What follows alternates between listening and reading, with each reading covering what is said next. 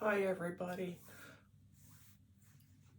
Today I've decided to share something that is a little difficult for me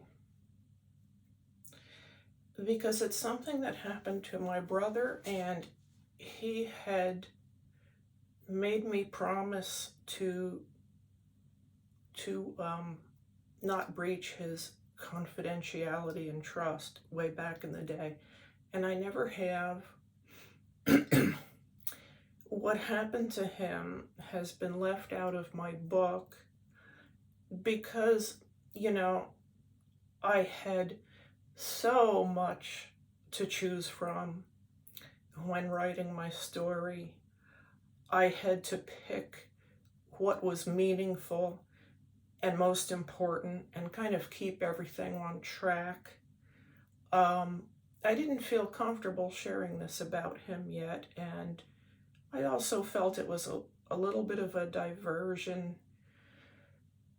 I want to do him justice. So, if you don't know the story, my brother was placed in foster care for about 2 years before he turned 18. He spent that time, well, a little bit of time was in juvie, and then he spent that time with two different families. Two different families who knew him because he was a friend or boyfriend of the daughters. In the end, the one worked out quite well. In fact, she became his wife. The daughter became his wife. However, the second home, the mother, the woman who was in her 40s, seduced my brother, who was becoming quite a handsome young man. And that is statutory rape. That is actually pedophilia. Even though he was 17, you need to understand why we protect kids all the way up to the age of 18. And that's because the brain is nowhere near finished with its changes and its maturity.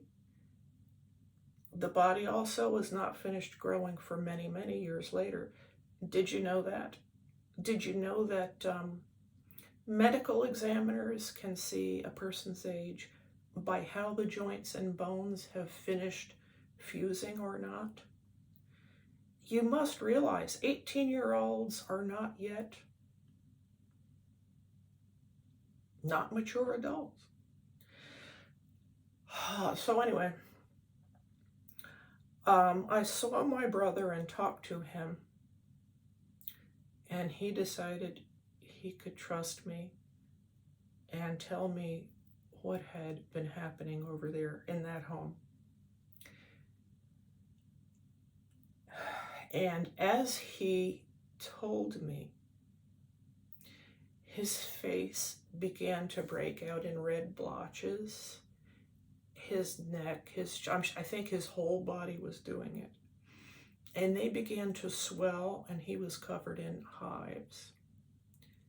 And I remember how his lower lip in particular swelled to at least twice its normal size while he was talking about it. That's how disturbed he was. He asked me not to tell, and there are understandable reasons why. Our father would have blamed him and would have physically attacked him. Our mother, we knew, would be completely useless and completely silent. Just think, here's my brother who was so abused that he was taken out of our home, taken from juvie, where my father had tried to abandon him, placed in this woman's foster care. and she took advantage. I made this video to point out there is no difference between the predator being man or woman. And I am so disgusted and sick and tired of hearing comments like, oh, a teenage boy and his teacher? That's the teenager's dream. That's his fantasy come true. Who are you kidding? That young man loved it. You hear ignorant comments like this all the time whenever these reverse sex cases come up, when the female is the predator.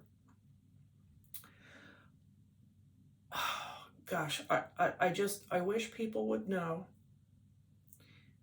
the difference between fantasy and reality.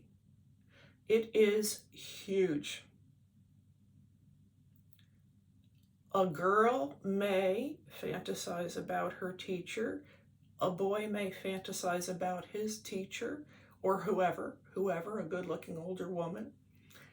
That's fairly normal. But you're in control of your fantasies. Now, when something real begins to happen, when you are seduced, when you are dependent on the predator, when you trust them, rely on them, when you are manipulated, and real things begin to happen, this is not the same anymore whatsoever. The young person is not in control.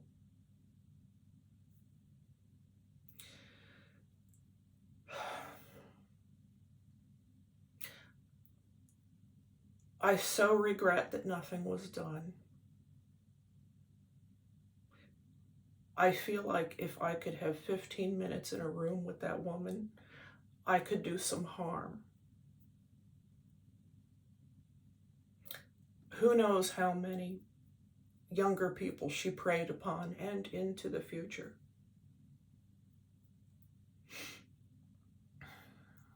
Awful. This is not a teenage boy's wet dream. This is not okay. I saw with my own eyes how it affected my poor brother. And I have to say, I believe it was after this event that he began his really heavy drinking. So, I'd like to clarify something. When it comes to pedophilia, I am not a bleeding heart. I think that hate and venting is harmful in our society because we are wasting time and energy and even destroying the lives of people who are innocent. Hate is never good. It's not good even for the hater. What I keep trying to say is that we have got to go back to research and learn how to prevent this sickness. There are more right now, little children, 5, 6, 7, 8, that are going to be pedophiles. We've got to learn what causes this, how to spot it, how to prevent it. That's what I keep saying. They are human beings, but I think I'm about to surprise you. An older pedophile who has chosen to act on their desires, knowing it's wrong, especially if they've done it repetitively, if they have indulged in this, if they have harmed others. I don't think they should ever be released. Ever. To threaten society's children again. Ever. It is not fair to society and its children. I don't understand these weak, short sentences and the constant releasing of people who are such a threat. So when I speak of, I do have empathy for them because this is an illness. This illness begins early. And that's why I keep begging society to pay attention while they're still young, while maybe we could still turn it around. Once it becomes habitual, I hope they get help in prison. I hope they heal.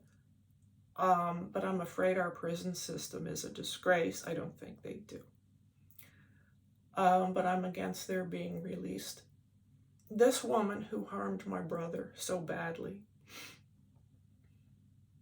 should have been put in prison.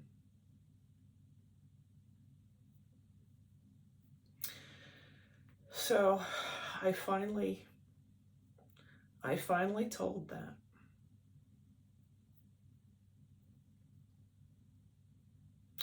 It was not a fantasy of my brother's. It was not something like a dream come true. Please stop making those awful jokes. Female predators are just as harmful as male. Thanks for listening to me, and I hope to see you again soon. I hope you keep it up. I feel like I have so much to say. Christmas isn't too far away. If I don't make any new videos in between now and then, please have a great Christmas, everybody.